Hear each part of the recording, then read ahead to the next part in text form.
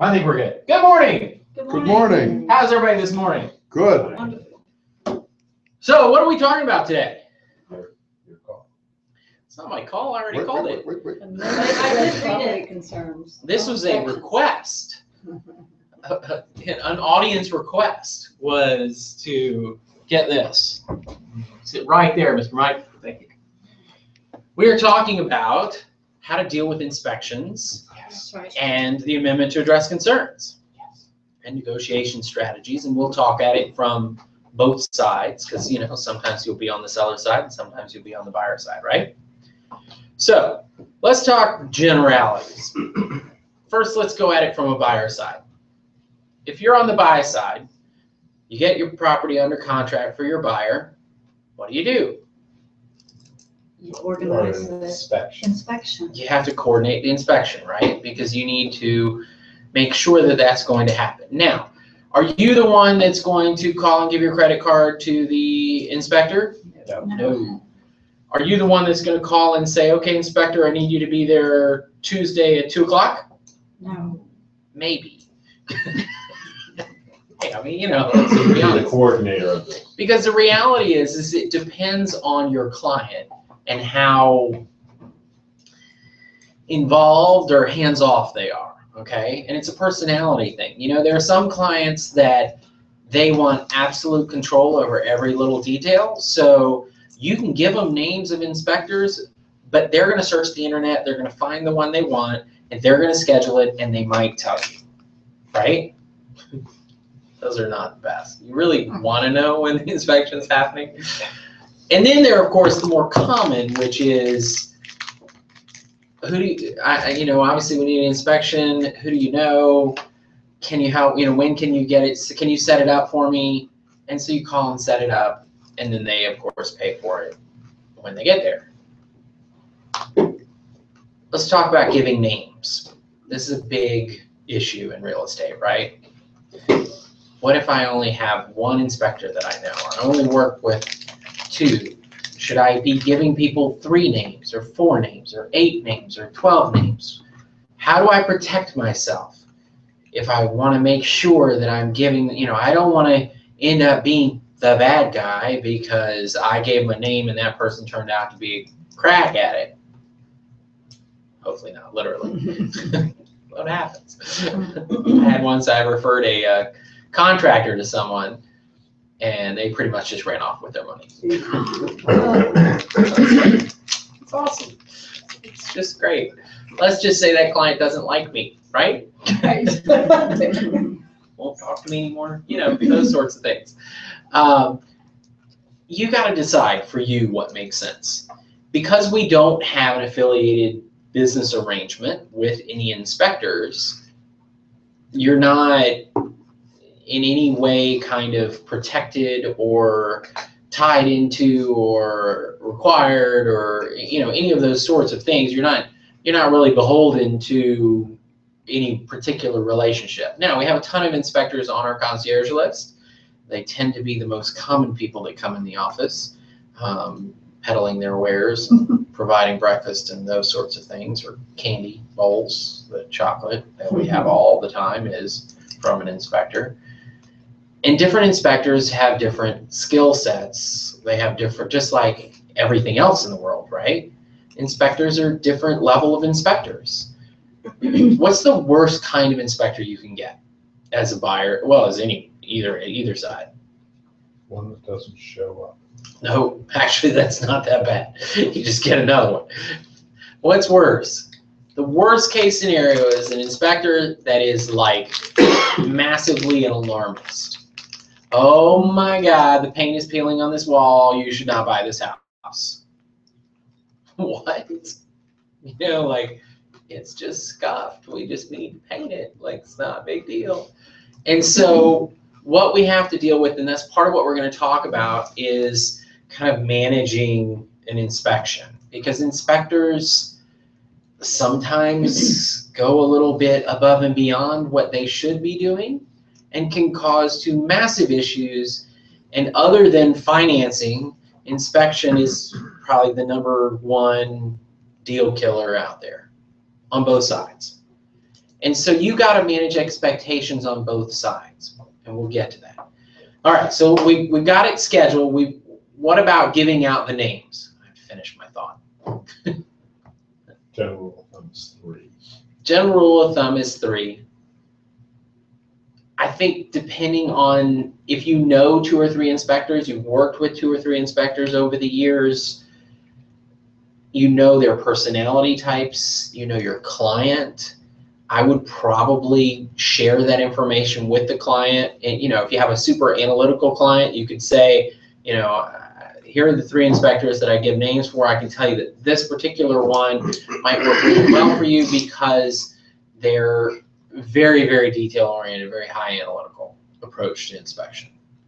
Whereas if you got somebody that's more into the, I want, first-time home buyer, I don't know how to use a stove, I don't know how to, anything, and you got inspectors that will, during the inspection process, walk the homeowner through how to turn everything on, where all the switches are, how to use everything in the house, which is not necessarily part of their job, but a lot of them do that.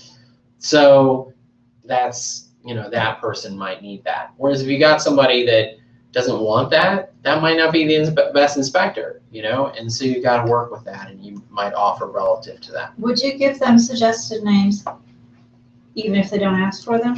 I would. You would, okay. Here's the issue. The issue is if I Google home inspectors, 100,000 people come up, right? And what if I end up with the deal killer, or 2 or 3 that are here in the area, that their whole thrive in life is to destroy deals? And I'm not kidding. I mean, that is what they do. I'm not going to say their names, mostly because I'm trying to stay away from them. But that's, when you have an inspector that their intent is to kill this deal. You can just tell. And so your goal is to try and stay away from those. So give them names of people that are not those and suggest that, and I would say, so it's like everything else. Let's talk about buyer side. How do we set the expectation to try and minimize the impact of a bad inspection? Because it can happen. What do we say? Well, it's the inspector's opinion. Is the inspector's opinion. You might even point out that, even if they are, well, hopefully you would suggest, I would suggest, that they not use an inspector that's not either ASHI or, I can't remember the other one off the top of my head now, certified. They've got to be certified inspectors. But much like you being a real estate agent, how hard was it for you to get your license? And does it mean you're an expert in all things real estate? Nope. Right? No, inspectors are not that far behind you. They go through a course, and a lot of their ability and functionality as an inspector and success necessarily depends on their background. Where did they come from? What did they do before they were a home inspector? Because if they, I'm trying not to, let's see, who can I not offend? If they were a mortician, okay, it's far away from real estate as we can get, right? Very little probably relative to being a mortician that's related to real estate. And now they've become a home inspector. Do they have, take somebody that used to be an engineer, take somebody that used to be a home builder, take somebody that used to be, all of these other things that are real estate related, and they probably have a little bit better spectrum. But what if they used to be a home builder, and so they are now doing home inspections, and their goal is to come up with 50 things that need repair, and oh, by the way, here's a card of a guy that can do the repairs. There are inspectors, which work with some of them. There are some companies out there that are inspectors and repair people. I personally don't like that. Right? Conflict of interest. Is there, I think, yes. is there a value added to being able, when you supply the list of 3 inspectors, to give a little background backstory with each one of them as opposed to here's your list? I think so. I mean, if you've worked with them and you can share kind of personality and approach, and this guy takes like 4 hours, this guy takes like 2 hours, this guy uses an infrared camera, this guy uses whatever, I mean, I think that that's important information. Like for me, I kind of always recommended a specific inspector because, I like the technology stuff and I like the infrared camera. I like being able to go into a inspection and be able to look in the walls because most inspectors can't do that. Now, a lot of inspectors, and I can tell you, I won't scoot too far, Kate, if you don't want. Okay. A lot of inspectors are, is she on camera? Is that? Am I on camera? No, Well, a little bit. A lot of inspectors will argue against infrared cameras because 1, they don't have them and they don't want to spend the money on them. And 2, they feel like their expertise, they can tell. If that pipe was leaking, I'd be able to see it. If there was a lack of insulation in this wall, I would know it. Well, I mean, unless you're Superman and can see in the walls, I don't think you would. But that's my opinion. That's just my opinion. So therefore, I like to go with somebody that's got a little bit more tech. I mean, when they did my house, I know that there is a section in the ceiling in my sunroom that has no insulation.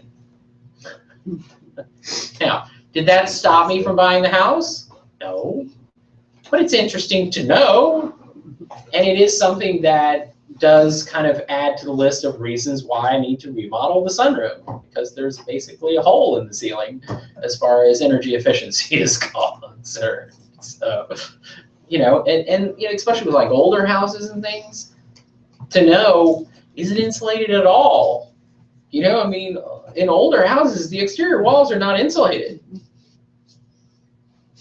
Well, you may know that, but does your buyer know that? Do they expect that? So again, we have to set that expectation. So I think sharing the personality type, but how do we kind of position the, before we go into the inspection, this is what you should expect, because we should be doing that with every step of the process, right? Buyers and sellers. We should be setting those expectations so there are no surprises. The less surprises there are, the less reactive people are, and the more just kind of, okay, yeah, you're right. You told me that this might happen, so it did. We talked about what we might do if it did happen, so now we can move forward with that, right? So how can we set an expectation with a buyer before we go into an inspection, but not make them think like, no matter what comes up, it's going to be okay? Because that's not true. Right? I mean, if the inspector comes back and says, there's some structural looking issues, you need to get an engineer out here to look at it. Well, that's not a nothing. That's a needs to be handled issue, right? Because that could be $30,000, $40,000, $50,000 worth of foundation work. That also could be reflected in the price that's being asked for the property. Depends. And you got to know that ahead of time. It depends. So, all right. How I would say some expectations, since y'all are not playing along this Monday morning, I would say, look, what you have to understand is every inspector is contributing their opinion to what's going on. So we have to take a little bit of what they say and kind of measure it against a scale of severity, okay? There are going to be things that could come up. For instance, a foundation issue could be a big issue. But one of the things that I would say to every buyer that I ever took out, which is not really, I would say to a buyer, the inspector that's coming out today is not qualified to tell us if there's a foundation issue or not. They're only going to tell us if there seems to be signs of a foundation issue, and we would get a professional engineer to come out and actually evaluate the foundation. So just because this inspector comes back with say, a foundation issue, doesn't mean that there is one. And so I want you to think about, as we go through this process, the inspector's job, their role, is to point out potential issues. If they say the HVAC system doesn't seem to be working right, then we'll get an HVAC person out to evaluate it and really tell us what's really wrong with it. Okay? Because it might be something simple, and it might not be. And that's really kind of the conversation we would have with a buyer or a seller, right? Because we want the seller to be in the same situation. Look, when an inspector comes out, he lived in this house, or maybe it's vacant, they haven't, but if they've lived in the house, you know kind of the things that are things. But you probably live with those things because you don't really think that much about them, right? Oh yeah, I gotta turn the knob on the faucet a little bit further than I should because, you know, it's just the way it is. It's just finicky. Well, it's just finicky. It's broken. Okay? And now a new buyer might not care, but an inspector is probably going to point that out. And so we have to figure how are we going to deal with the issues that come up. And the first thing we're going to do is we're going to determine what is the real severity of any issues that come up in an inspection. Now, this is where the inspector's language comes in extremely critically. And I would say to clients, the way inspectors relate issues varies greatly. So I said, you know, it looks like there might be an issue with the foundation. I would recommend getting an engineer to come out and inspect it.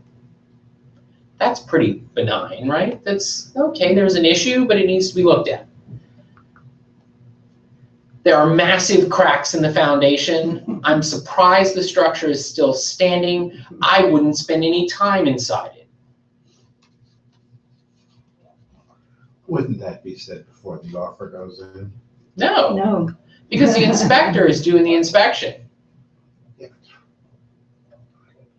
I had a wall and the inspector said, oh, this wall in the basement has a bow.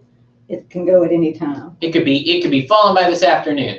And the seller, Are you kidding me? the buyer said, oh, we can't even move in until this is repaired. I contacted the seller. We've lived here for over 25 years. That wall has always looked like that. Exactly. There's nothing like wrong that. with it. Hasn't moved at all in Hasn't 20 moved in years. 20 years. You know, one of the issues with structural issues, if they don't move in 20 years, They're not they're moving. probably not a structural issue.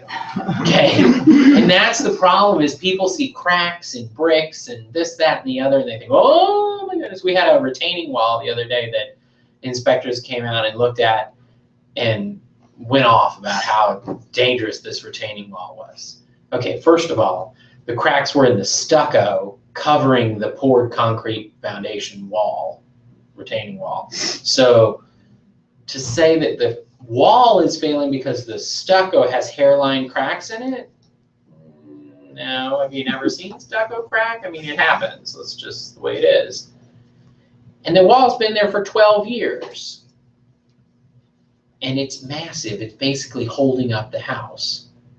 If it failed, don't you think the cracks would be bigger than that? My opinion. But what do? Get an expert. We get an expert. We get a professional engineer, not a slacker like me, a real engineer, to come in and do an evaluation. The problem is if the inspector overstates and oversteps their bounds. I had one the other day that killed me. Common to find wood rot around windows, right? Very common. Mhm. But what would you do if the inspector said, there's wood rot around the windows, the windows need to be replaced because typically sellers hire shoddy contractors or handymen that patch in pieces of wood and it will always look patched and not look right. You're stepping the boundaries. That's beyond their right? That's not in their scope of their job. They're not contractors. They're not the ones buying the house. Just like for you, if you know you don't like the massive arches and funky gargoyles hanging off the inside of the house, but your client does, okay, you know, not my call. You know, those might fall and crush you or scare little children, but you know, whatever, it's your call. You want to buy the house, you want to buy the house. The reality is that the property, you cannot go, as an inspector, they should not be going to that next step. They should not talk about how it should be repaired, what should be done. All they're doing is pointing out, this is an issue, it needs to be repaired or replaced as needed and as verified by a professional contractor that specializes in that. So basically, they're there to provide a summary of the facts related to the home as they're observing them on that day. They're Correct. not there to editorialize. They should not. Correct. They should not be saying, oh, well, you know, in my experience, I always see all these stucco homes, you know, the fronts always fall off after a few years. What? No.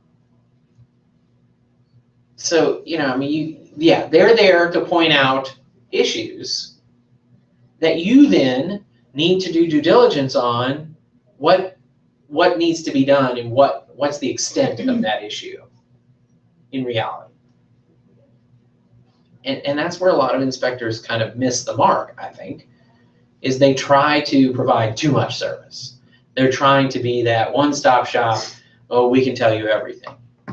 And some of them go so far, like I said, to actually be contractors that will give you quotes on getting things repaired. I happen to like one of those contractors that also does inspections, but I only use them as a contractor, not as an inspector. But because they do inspections and things, they actually are pretty good at, you can send them an inspection report and they'll send you back a rough estimate of how much it's going to cost to fix all that stuff. So whether you're on the buy side or the sell side, that's a good number to have, isn't it?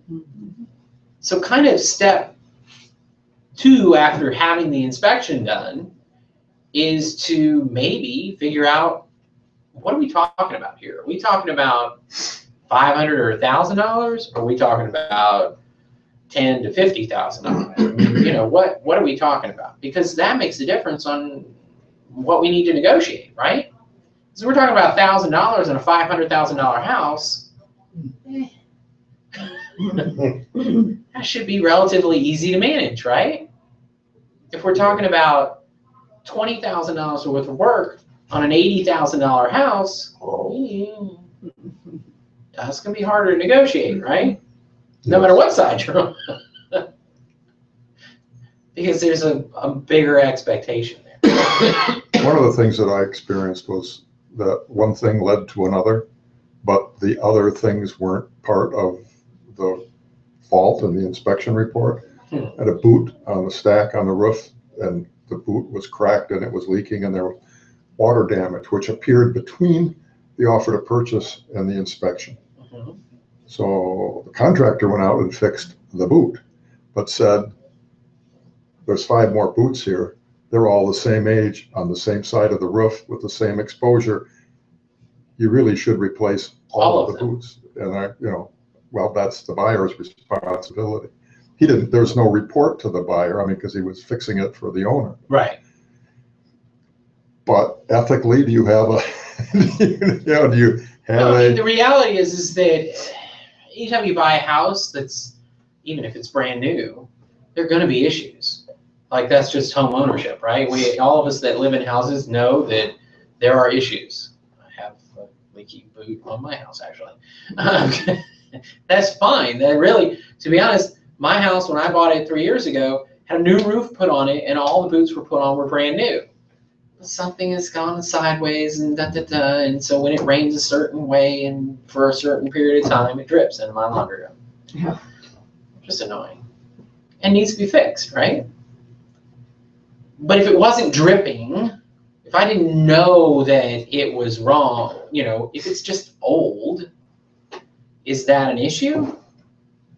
No. Now, you need to disclose that we had this boot replaced because it failed and needed to be replaced. which in theory, if you're on the buy side, you say, well, wait a minute, looking at the roof and there are 5 boots up there and you replaced one of them, I'm assuming they're all about the same age. I wonder if those others need replacing too. And that's one of those things that you got to deal with the contractor all in or the contractor trying to sell you something, right? So that contractor could very well have said that because he was trying to get an extra sale. He could also, in his experience, know that, you know, if one fails, the others are probably not that far behind. But that's particularly his experience, not necessarily everyone's experience. Because just because one fails doesn't mean that all the rest of them are going to fail. Maybe that one had a slight imperfection when it was manufactured, so it failed first, and the others will last another 20 years. Who knows? Nobody knows for sure. And so there's really no, from my perspective, you can't disclose something you don't know. You disclose what you know and what you did, but you don't make assumptions about what might happen. That's kind of the next iteration of an inspector going beyond their extreme. The classic is the HVAC system is 20-something years old. It's going to die any day now. Wait, what? Like it's just going to completely stop working? Because they only last 15 to 20 years. So if it's at the 21st year, Right. I mean, it's dead. There's no way that system can last longer than 20 years. Well, that's not true. Depends on how it's maintained and how it's run and all those sorts of things. Maybe somebody's replaced the blower motor. Maybe somebody's replaced, you know, different pieces that have a tendency to wear out. And yes, the furnace itself or the HVAC system as a whole itself is 20 years old, but you know, the pieces that are going to fail aren't. Or they've been maintained so well because, you know, Anna Laney lives there and she's been cleaning the system every 6 months, like from top to bottom. So there's no wear and tear. She lubricates the blower motors and all the other moving parts on a quarterly basis, and that system could probably run forever. But again, not our call. So it's really not the inspector's call either, right? What they can say is typical system lasts 15 to 20 years. This one's 23 years old. That's where they need to stop. Because anything else is just conjecture, right? You need to mention Freon. You can, depends on the system, yeah. If it's 20 years old. Yeah, if it's 20 years old, it's running Freon. And oh, by the way, if it cracks and all the Freon comes out, you're going to have to upgrade it to the latest R whatever stuff. And it's going to be expensive. As a seller, do you have to replace a system that's 23 years old if the life expectancy is 15 to 20 years? No. Not if it's working, right? Right. As a buyer, do you want that system replaced? you get a home warranty. That's what I do. So home warranty helps because it kind of diverts the mass of the expense, especially HVAC. It's working. As long as it's working, right? That's important. Putting home warranty on a system that doesn't is not always a good idea. So, you know, home warranty can protect you, but that protects you for the next year, right? What happens if it blows up after that? Well, you can extend the home warranty and continue to pay for a home warranty for year after year. Or you can decide how much, you know, what's the real reason, what's the real approach on how you want to do it. It's all about risk and reward, right? It's just like when you write the contract and you're determining how much risk your client is willing to take and how much risk they're not willing to take. What are their hot buttons? It's the same conversation. So after we know kind of what kind of monetary amount we're talking about, we have some general idea, then we can sit down with the buyer and say, okay, which of these things are like, if we don't get them done, deal's over, not moving forward. And they might say, well, none of them are. I mean, you know, I'd like to have this, this, and this, but if the seller won't do it, I still want the house. Okay? So we're still going to go after those things, right? And probably a few extra if we're on the buy side. And then on the sell side, we're going to try and minimize as much as we can. But you have to determine what are the things they can and cannot live without. Whatever. Right? Because you got to figure out which things matter to them, not to you.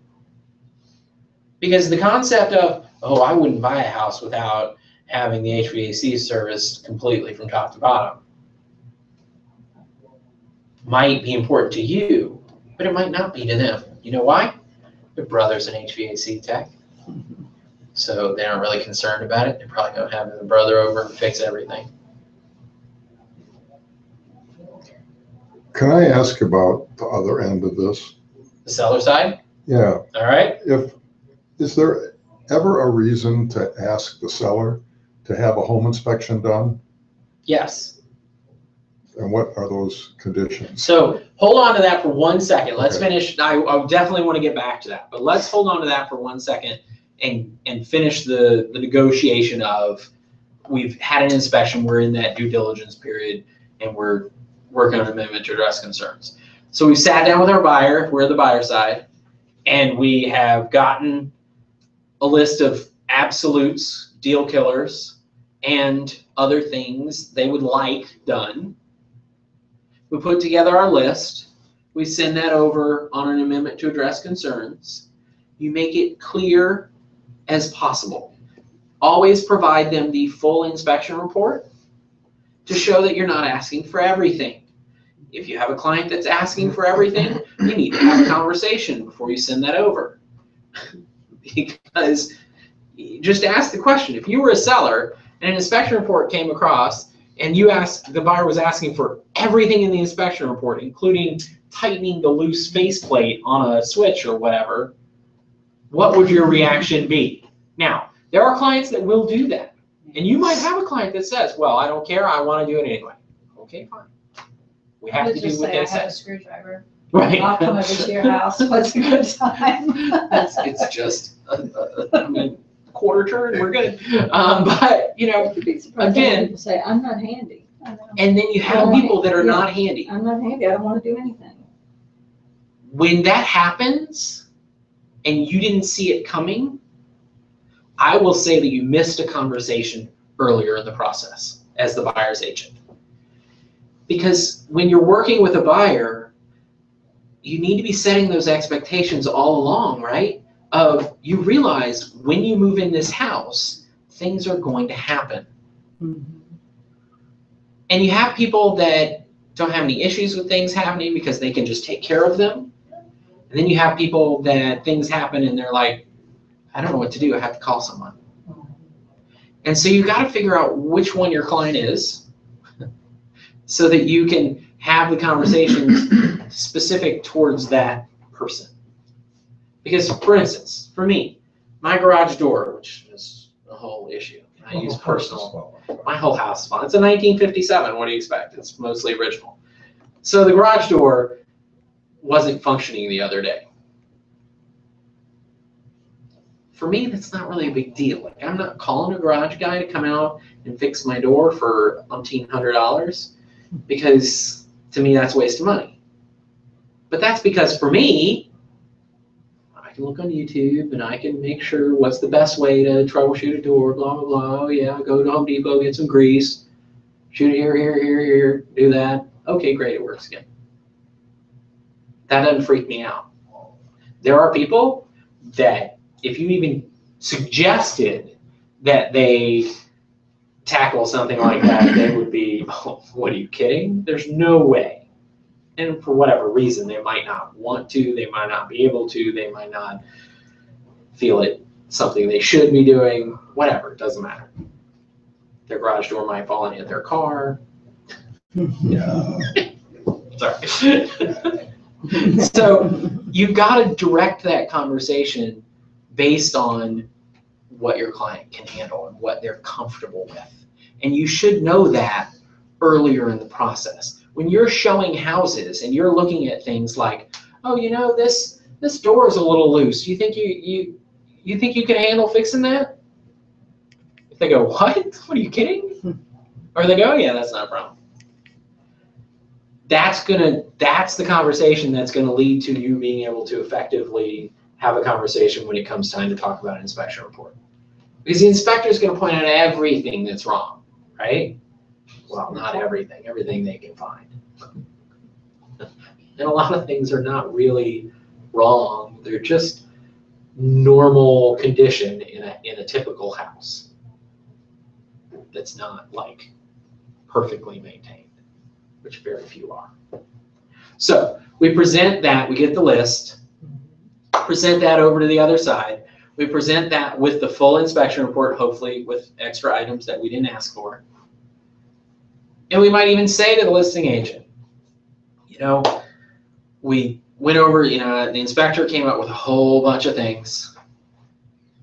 Buyer and I have gotten together and we've talked about which ones are important to them that they need to have done to feel comfortable moving into this house. And we've only asked for the important things. So please relate that to your seller when you give them this. Why would we say that? Shows you're being rational. I mean, it's a rational request. We're trying to present ourselves as logical and not reactive and trying to take advantage of anyone. These are important things. Most of them are safety issues, are relatively big issues. If you got an FHA loan, you got to deal with, these things are things that are most likely the appraiser is going to call us out and make you do anyway.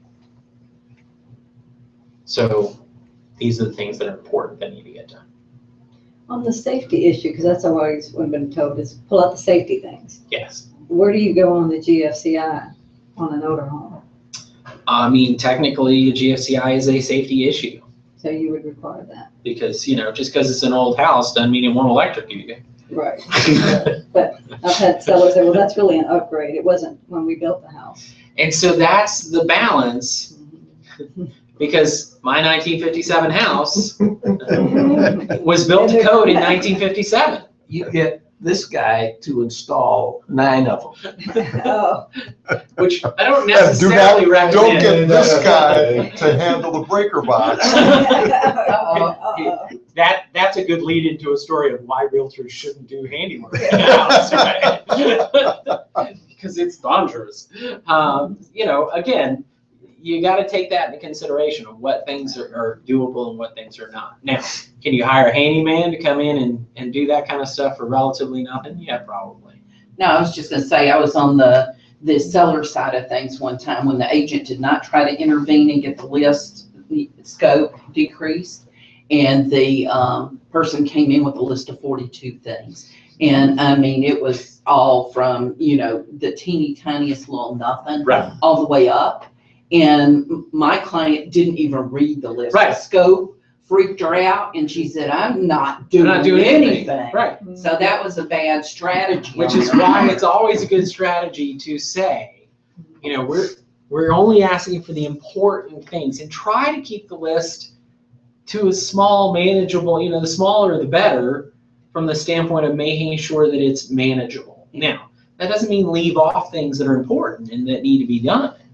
It just means leave off things that are not important. Yeah, this was like 40 The things petty or stuff. something. I mean, it was unbelievable. It's really not reasonable to expect a seller to do 40 things to a house.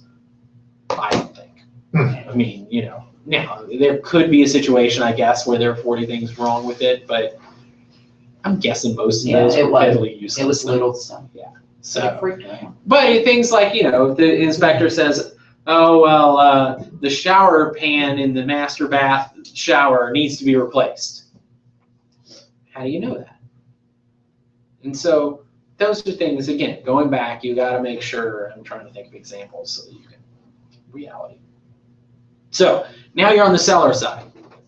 You've already set the expectation, you've had the conversation that sometimes inspectors overdo, but we need to take seriously whatever they bring in as might be an issue.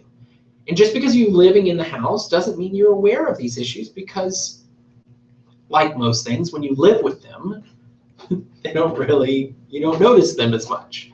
And so you set that expectation because you don't want them to be surprised by, oh, what do you mean that's not working? What do you mean the radon level is 48 and I'm probably going to die of cancer? Like, that's not reasonable. Why wouldn't I know that? I don't know why you don't know that, but that's, what the test said.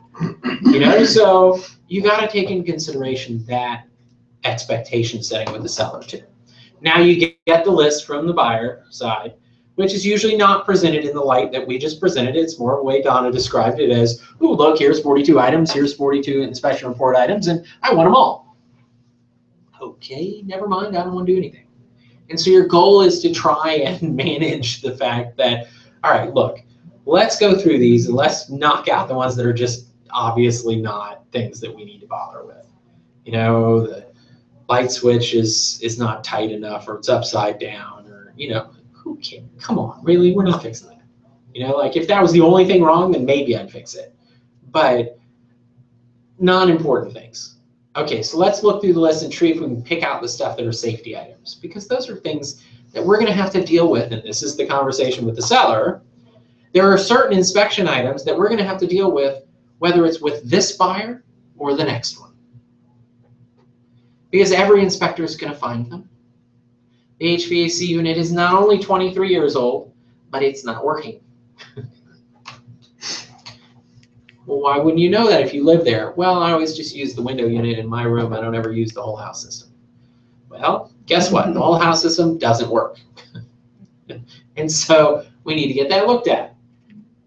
We need to get that looked at for your sake, Mr. Seller, because that needs to be fixed, whether it's for this buyer or the next one. Because no buyer's going to buy a house with an HVAC system that's not working, unless they discount the price. And I can tell you it's going to cost you $3,000 to fix it, which might be a lot, but let's just say it's going to cost you $3,000. You notice I use a relatively big number and say a couple hundred. It's going to cost you $3,000 to fix it. They're going to want $10,000 off the price, right? Because the buyer wants to deal with it. If I have to deal with it, I'm going to get extra money. I don't want, if it's going to cost $19.95, I don't want $19.95 off the price. I want at least double. That's just buyer mentality. So that's, again, just like when we were listing the property, we talked to them about the things of, oh, well, this wallpaper is beautiful, but it makes me want to throw it. No, it might make buyers want to throw it. And we need to get rid of it. Because although it may only cost $300 or $400 to get this taken down and painted, a buyer's going to take thousands off the price of the property because of the wallpaper, because they think it feels dated. Okay, and I'm assuming it's nasty old wallpaper, not new good stuff, right? There is really new good stuff. I know, it's weird. It's crazy. Foil flash. Flash. Yeah, the flock foil. Fabulous block foil. So then it's just a matter of whatever side you're on, trying to hold your ground, right? And that's negotiation skills and being able to balance what's important, but knowing what's important for your client is kind of how you go into that negotiation, okay? So the other aspect, to go back and answer your question, how do you know if it's smart to get a home inspection before you list a property or as you list a property? When would that be a useful thing? Let me ask it this way. When would it not be a useful thing? I was going to say, it's probably something that should be recommended to most sellers. I mean, if you think about it, pretty much no matter what the situation, doing an inspection as you list a property or before you list a property means that there aren't going to be any surprises when it comes time to have a buyer inspect your property, right? Yeah, well, that's why I was asking the question. And that's actually a great strategy. We used to have a program, I call a banker, I can't even remember the name of it now, but it was a program that literally you had to have a pre-inspection, I think you had to have pre-appraisal and 2 or 3 other things that had to be done for the property for it to qualify for this program. And it gave it special advertising something, I don't remember, it was many years ago.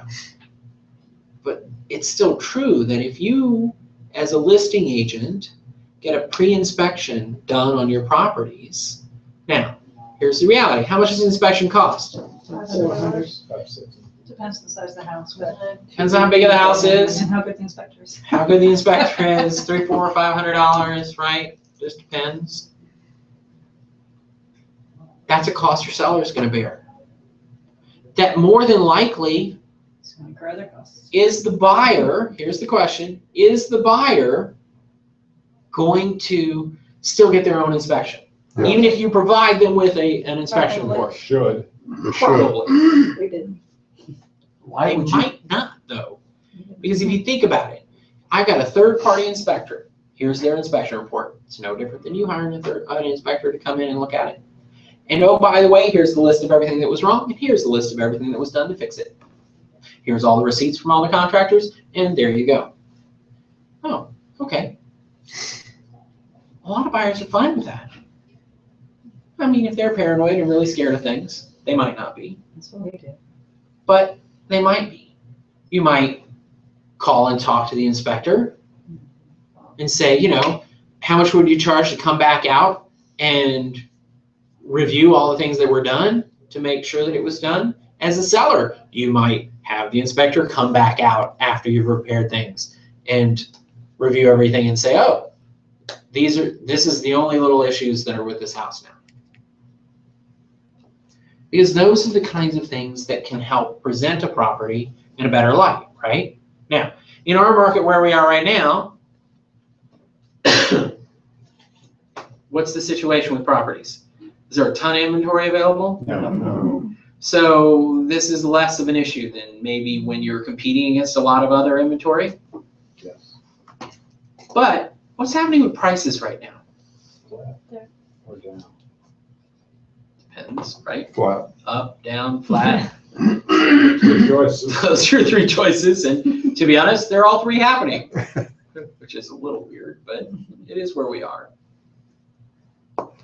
Do you think, when you represent a buyer, if you went into a house that had been inspected and repaired, they had the paperwork to prove it, your buyer would consider that more valuable than a house that was not?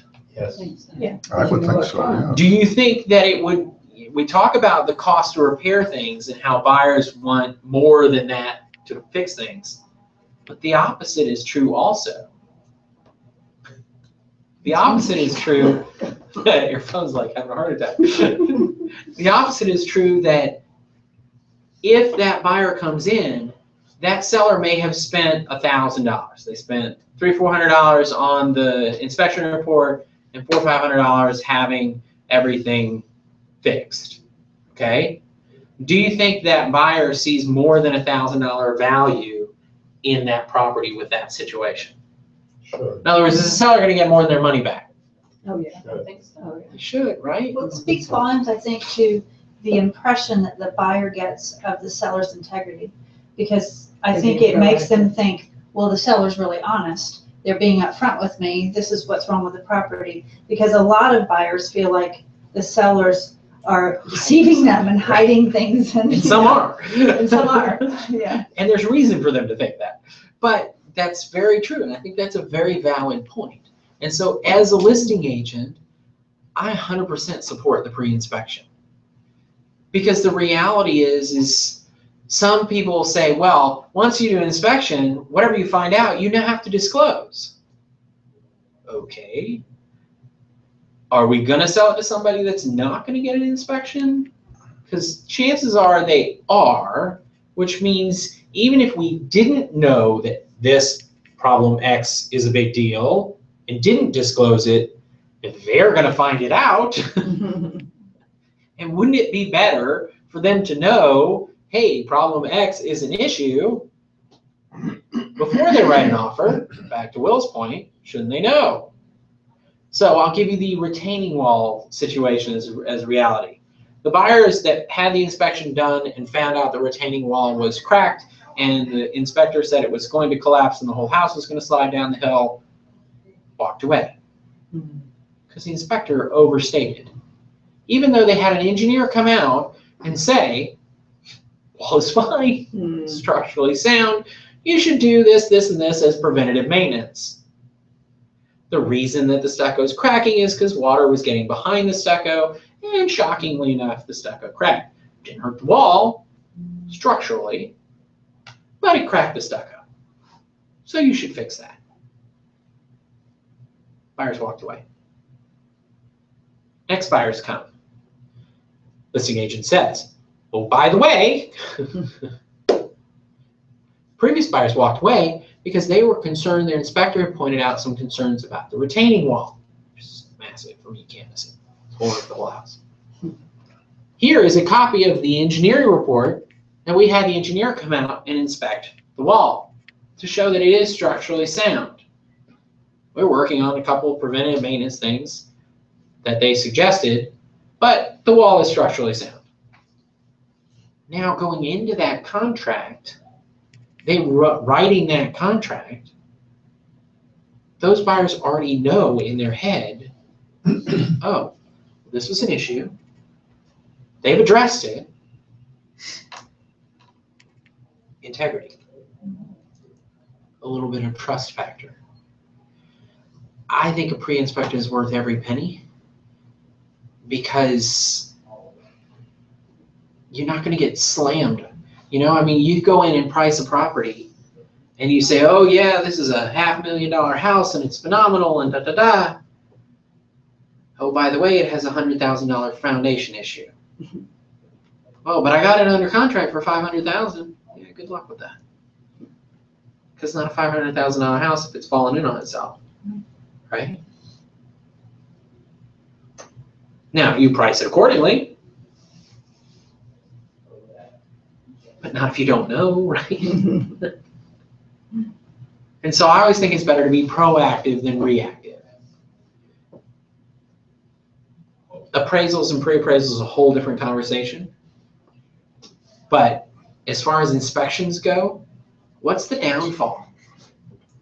The downfall is that you might find something and have to disclose it, that you don't fix. The reality is 99.9% of buyers are going to find it too. Doesn't Monday add a little bit of concern? What do you mean? That's what, well, we have this new, if something is found in the inspection, it's not corrected, there's no more escrow money and all that sort of stuff when it comes time for closing. So that has to be part of the calculation on the buyer. The TRID changes. You know, in reality, we haven't really been able to escrow stuff for years in residential very effectively. Most lenders have not allowed people to put money. We had one just the other day with the HVAC. Was that yours? HVAC. Seller had ordered the compressor, it was getting put in, but it was on back order, something happened and it didn't get here before closing. Well, 10 years ago, we would have put money in an escrow account and it would move forward, and when it got done, people would have gotten their money back. Today, that wasn't an option.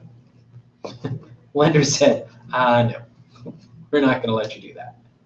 So what do? Buyer has to make a decision. What's the risk? The risk is I've been told, I've been shown paperwork where the seller has ordered this, its expected delivery is this, I've talked to the people, they've said it's coming, it's going to be installed, but it's 3 days after closing. Could you get an indemnification agreement that handles this? You can try, but what's the paper worth? Well, I mean, the reality is that most things in real estate are not worth suing over because they're not big enough. Now, you can go to small claims court and put that in, but I mean, the reality is most things in real estate are not worth suing over because it's not enough money. I mean, you got to have $100,000 in issue to really want to truly be worth suing someone. Because $5,000 or $10,000, that's gone in attorney's fees. You know, I mean, just, it's like we talk about earnest money. You know, I mean, I've had $10,000 in earnest money argued over, and at the end of the day, they ended up going to court, and neither one of them walked away with anything. Well, that's not helpful. You could have just agreed to split it. You'd have been better.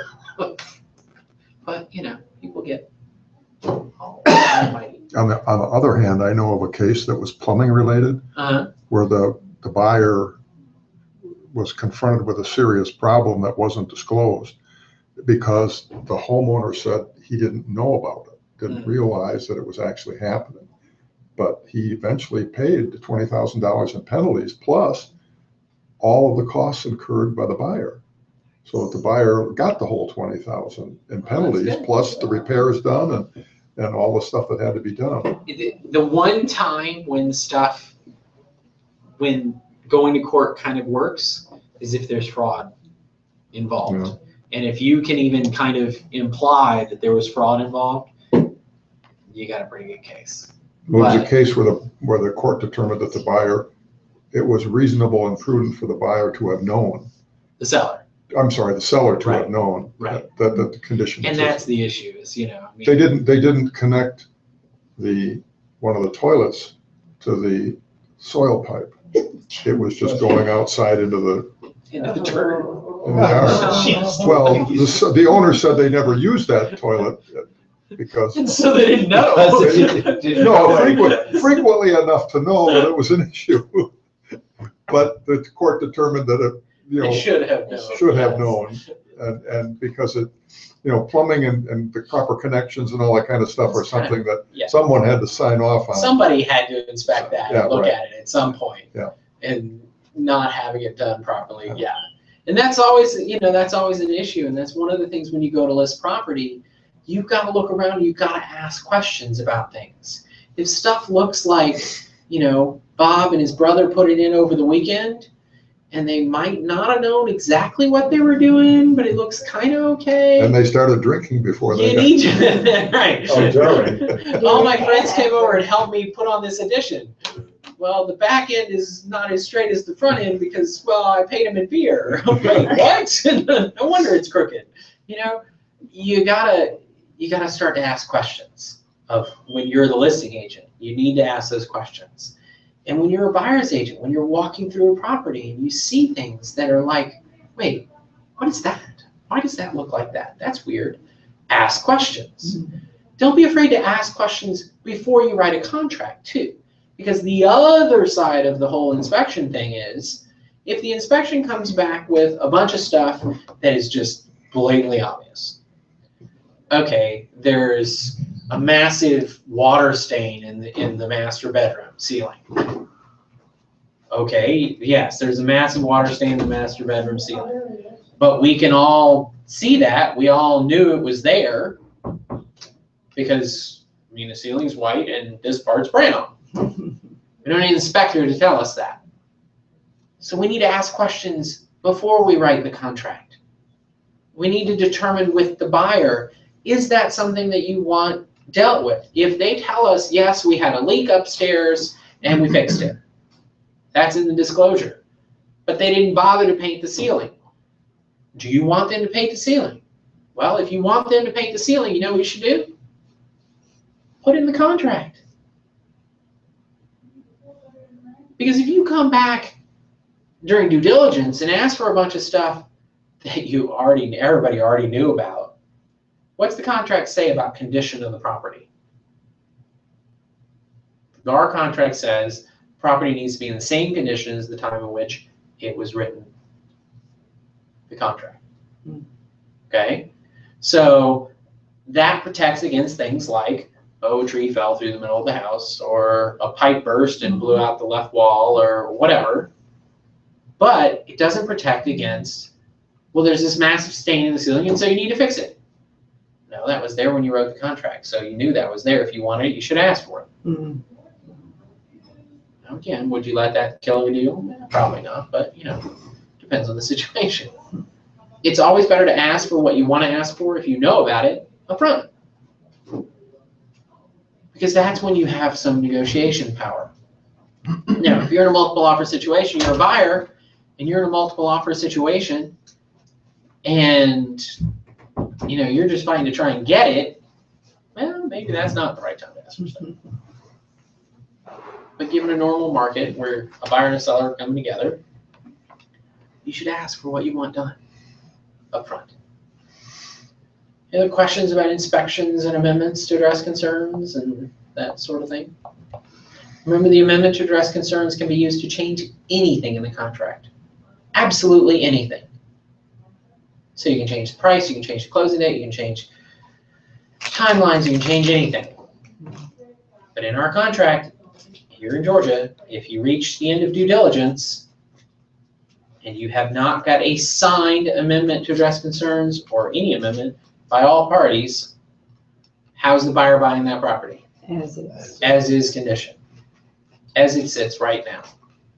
Nothing has to be done. So that's your job, to make sure you know those timelines. Don't wait till the last minute. It's always good to have a nice long due diligence period, but it's always better to do everything at the beginning of it, no matter how long it is. Get that inspection done in the first day or two, not week. I have 2 weeks, so I'll just get it done this week. No, get it done in the next couple of days so that you can have longer, because it never hurts to have too much due diligence. It's always a problem when we're running out, right? So, all right. Thank you guys for coming. Next week, we're going to talk about CBX, and we're going to look at it in a little bit closer detail. I know some of you have looked at it and used it. If you have it on your system and can get into it before then, play around with it, and we'll try to look at it as best we can. Thank you guys for coming. We shut down our.